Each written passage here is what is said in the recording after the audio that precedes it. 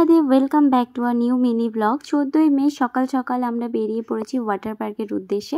আদির স্কুলে চলছে এখন সামার ভ্যাকেশন, আর ওকে এনজয় করানোর জন্য আমরা তিনজন মিলে এখন চলে এসেছি ওয়াটার পার্কে।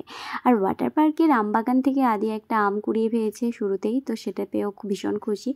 আর এরপর টিকিট কাট করে নিল প্রবীণ। তারপর টিকিট করার পর আমরা তিনজনে ড্রেস চেঞ্জ করে নেমে পড়লাম জলে।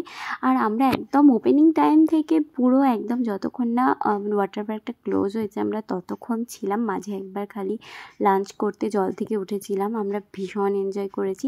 প্রচুর সানস্ক্রিন মাখার পরেও আমরা খুবই ট্যান হয়ে এসেছি, আর তার সাথে নিয়ে এসেছি ওয়ান্ডারফুল মেমোরিজ।